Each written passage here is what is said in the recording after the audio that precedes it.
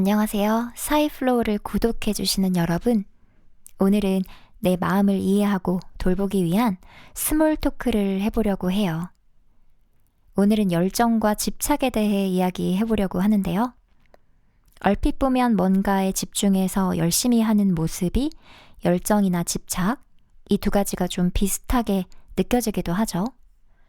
하지만 이 두 가지는 완전히 다른데요. 짧은 이야기를 하나 들려드릴게요. 애나라는 사람이 있어요. 애나는 요리하는 것을 너무 좋아하는 친구예요. 애나는 많은 요리 대회에서 상도 탔는데요. 그런데 A라는 요리 대회에서만큼은 아무리 열심히 해도 상을 타지 못했어요. 그래서 애나는 불굴의 의지로 밤낮으로 열심히 연습하고 또 연습하고 공부를 했어요. 그런데도 그 요리 대회에서만큼은 계속 수상을 하지 못했는데요. 그러던 어느 날 이 A라는 대회에서 상을 탄 찰리라는 사람을 알게 된 거예요. 애나는 찰리의 SNS에서 많은 사람들에게 찰리가 인정받고 있는 걸 보았어요. 찰리는 애나보다 요리 대회에서 상을 탄 경험이 훨씬 적은데도 애나는 찰리보다 자신이 더 초라하고 보잘것없다고 느꼈어요.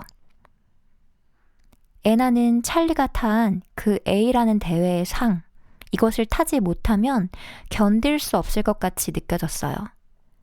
그리고 찰리를 떠올릴 때마다 애나는 불안함을 느꼈어요. 여러분, 이 이야기를 들으면서 어떤 생각이 드시나요? 애나는 참 참을성도 많고 성취욕도 높고 아주 성실한 그런 자질을 두루 갖추고 있죠. 사회적으로도 이런 사람들이 실제로 성취도 잘 해내고 성공하는 모습을 보이기도 해요. 중요한 건 애나가 이룬 결과들이 아니라 이 과정에서 애나가 느낀 마음들이에요. 제가 처음에 이야기를 시작할 때 애나가 요리하는 것을 너무 좋아한다고 이야기했었죠. 시작은 애나도 요리에 대한 순수한 열정이었던 거예요. 하지만 상을 타기 시작하면서 이 상을 타고 사람들에게 인정을 받고 이런 모습들에서 자신감의 근거를 찾기 시작했을 거예요. 그러면서 비교 우위에서 내 자신감을 찾고 내가 갖지 못한 다른 상을 탄 찰리와 나를 비교하면서 애나는 점점 요리하는 행위 자체에 대한 열정에서 요리대회 수상이라는 결과에 집착하는 모습으로 변해간 거죠. 그 근거로는 애나가 자신을 찰리와 비교하면서 자신을 초라하고 보잘것없다고 느끼는 대목, 그리고 찰리가 탄 상을 타지 못하면 견딜 수 없고 불안하다고 느끼는 지점이에요. 애나가 요리에 대한 열정만으로 가득했다면 애나가 요리 대회에서 상을 타면 기쁜 건 똑같겠지만 상을 타지 못했을 때에도 이렇게 자존감이 떨어지고 비교로 인한 불안감에 못 견디겠다는 느낌을 갖지는 않았을 거예요. 이 이야기 속에 애나뿐만이 아니라 사실은 저도 그렇고 우리 모두가 이런 집착의 함정에 자주 빠지는데요. 집착과 열정은 이렇게 확연히 다른 감정들을 경험하게 해요. 열정은 그 자체로 사랑을 내포하고 있어요. 그래서 열정을 쏟아부을수록 즐거운 마음, 감사한 마음이 들게 되죠. 같이 열정을 쏟아붓는 사람을 발견하면 불안함을 느끼게 되는 게 아니라 응원하게 되고 동료애를 느끼게 되죠. 이와 반대로 집착은 그 자체로 괴로움이라는 감정을 내포하고 있어요. 그래서 집착을 하면 할수록 우리가 불안해지게 되는 거죠. 그래서 가장 쉽게 내가 어떤 대상에 집착하고 있는지 아니면 열정을 갖고 있는 건지 구분하는 방법은 내가 대상을 좋아할수록 괴로움이 커지는지 아니면 감사한 마음이 커지는지를 지켜보는 거예요. 만약에 내가 대상을 좋아할수록 괴로움이 커진다면 집착이 섞여 들어갔다고 할 수 있겠죠. 자, 여기서 그리고 꼭 기억하셔야 되는 게 있는데요. 집착이 그래서 나쁜 거니까 없애야 한다. 집착하는 나는 잘못한 거고 집착이라는 감정은 잘못된 것이다. 이런 얘기를 하는 건 아니에요. 명상을 한다는 건 내 마음을 억압하고 숨기는 게 아니라 솔직한 내 마음을 바라보고 나를 이해하는 거예요. 그래서 만약에 내가 지금 무언가에 집착하고 있는 마음을 알게 되셨다면 솔직하게 내가 나를 아주 잘 알아차린 거예요. 그리고 나를 알아갈 소중한 기회를 얻은 거라고 할 수 있죠. 자, 그럼 이제 집착하는 마음을 알았으면 어떻게 해야 되느냐?